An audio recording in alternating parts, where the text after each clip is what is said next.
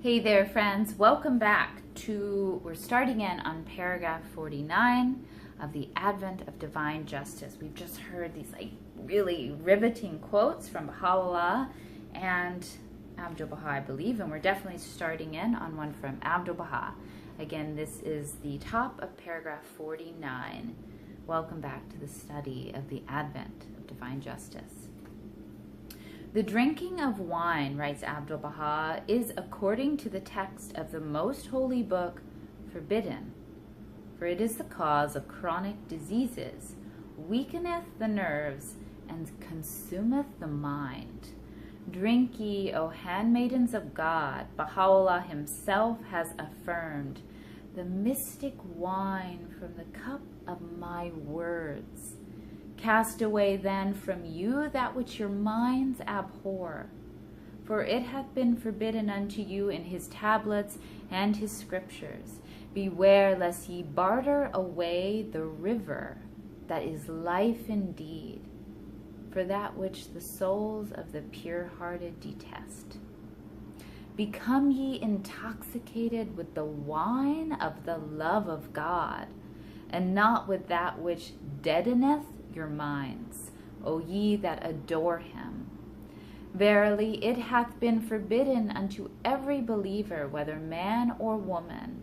Thus hath the sun of my commandment shone forth above the horizon of my utterance, that the handmaidens who believe in me may be illumined. It must be remembered, however, that the maintenance of such a high standard of moral conduct is not to be associated or confused in any form of asceticism or of excessive and bigoted Puritanism. The standard inculcated by Baha'u'llah seeks under no circumstances to deny anyone the legitimate right and privilege to derive the fullest advantage and benefit from the manifold joys, beauties, and pleasures with which the world has been so plentifully enriched by an all-loving Creator.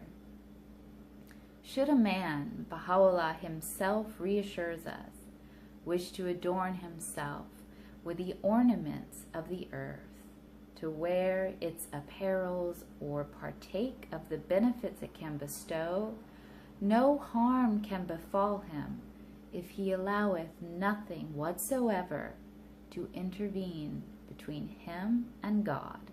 For God hath ordained every good thing, whether created in the heavens or in the earth, for such of his servants as truly believe in him. Eat ye, O people, of the good things which God hath allowed you, and deprive not yourselves from his wondrous bounties. Render thanks and praise unto him, and be of them that are truly thankful. As to racial prejudice, the corrosion of which, for well nigh a century, has bitten into the fiber and attacked the whole structure of American society, it should be regarded as constituting the most vital and challenging issue confronting the Baha'i community at the present stage of its evolution.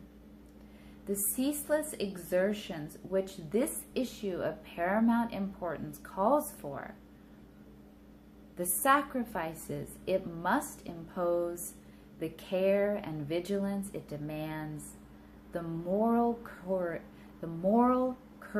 and fortitude it requires, the tact and sympathy it necessitates, invest this problem, which the American believers are still far from having satisfactorily resolved, with an urgency and importance that cannot be overestimated. White and Negro, high and low, young and old, whether newly converted to the faith or not, all who stand identified with it must participate in and lend lend their assistance, each according to his or her capacity, experience, and opportunities, to the common task of fulfilling the instructions, realizing the hopes and following the example of Abdul-Baha. Whether colored or non-colored, neither race has the right or can conscientiously claim to be regarded as absolved from such an obligation, as having realized such hopes or having faithfully followed such an example. A long and thorny road beset with pitfalls still remains untraveled, both by the white and the Negro exponents of the redeeming faith of Baha'u'llah. On the distance they cover and the manner in which they travel that road must depend to an extent which few among them can imagine the operation of those intangible influences which are indispensable to the spiritual triumph of the American believers and the material success of their newly launched enterprise. I'm just going to read that last sentence again.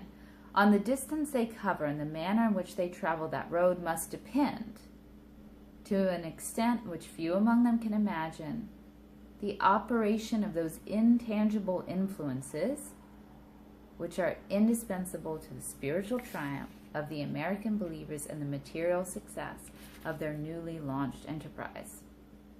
Let them call to mind fearlessly and determinedly the example and conduct of Abdul-Baha while in their midst.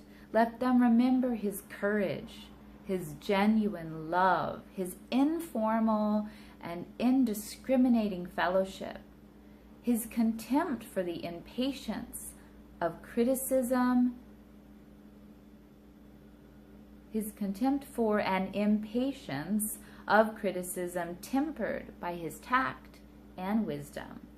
Let them derive and perpetuate the memory of those unforgettable historical episodes and occasions on which he so strikingly demonstrated his keen sense of justice, his spontaneous sympathy for the downtrodden, his ever-abiding sense of the oneness of the human race, his overflowing love for its members, and his displeasure with those who dared to flout his wishes or deride his methods, to challenge his principles or to nullify his acts.